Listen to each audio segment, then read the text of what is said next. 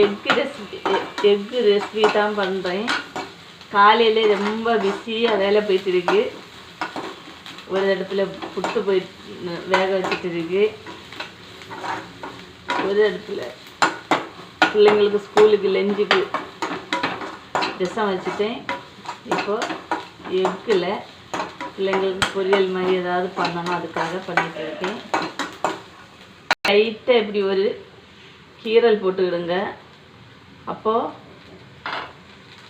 இன்னும் மசாலெல்லாம் உள்ளே பிடிச்சி நல்ல டேஸ்ட்டாக இருக்கும். அதுக்காக மட்டும்தான் லைட்டாக ரொம்ப இது பண்ணாமல்.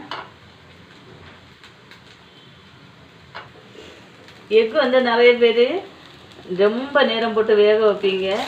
ஒரு சிலர் அப்படி பண்ணக்கூடாது. நான் வந்து 10 நிமிஷம் தான் எக்கு வந்து வேக வைக்கணும். அதுக்கப்புறம் அந்த சுடு தண்ணியிலே கொஞ்சம் நேரம் அப்படியே ஸ்டவ் ஆஃப் பண்ணிட்டு விட்டுறணும்.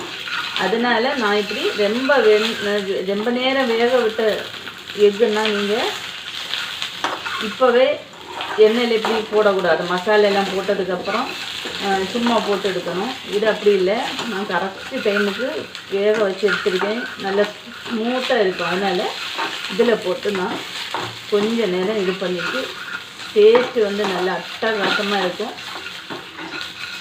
இனிதான் இதில் முக்கியமான ரெசிபி, நல்ல ஒரு மசாலா கோட்டிங் கொடுக்க போகிறேன்.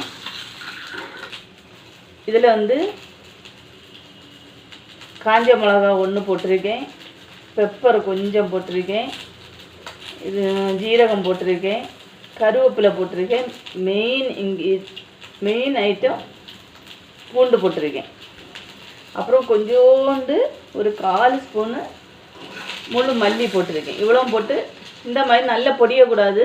இந்த மாதிரி லைட்டாக இது பண்ணி ஒரு கறக்கி எடுக்கணும். அதை வந்து இப்போது நம்ம இதில் போட போகிறோம்.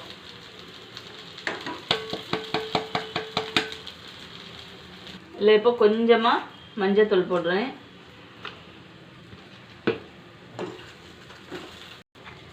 கொஞ்சமாக உப்பு போடலாம், தேவைக்கு பார்த்து போட்டுவிடுங்க. இது பண்ணதுக்கப்புறம் இந்த மசாலா எல்லாம் முட்டையில் ஒன்று சேரும்படியாக என்ன பண்ணணும்னா கொஞ்சமாக தண்ணி எடுத்து, ரொம்ப ஊற்றக்கூடாது.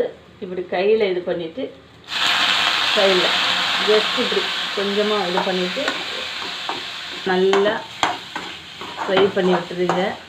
செம்ம டேஸ்ட்டாக இருக்கும். ஒரு வாட்டி இதை பண்ணி பாருங்கள். ரசம் சாதத்துக்கு ரொம்ப அட்டகாசமாக இருக்கும்.